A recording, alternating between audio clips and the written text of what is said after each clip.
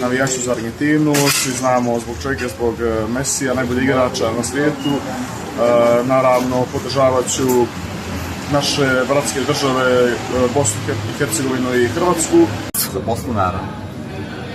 Na svjetskom prvenstvu koje se drži te godine u Kanadi, Americi i Meksiku, moj glavni favorit je, kao i uvijek, ja sam navijao za Brazil, ali ove godine ću navijati za naše komšije Bosance, a onda za Brazil.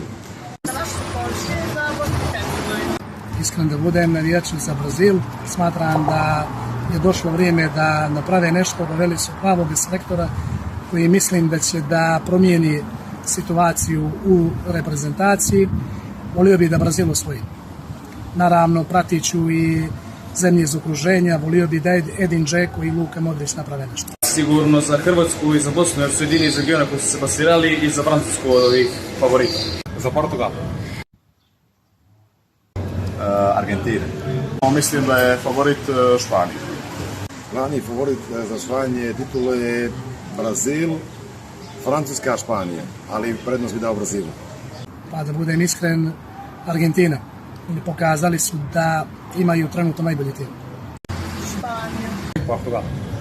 Francuska, Argentina i možda Brazil.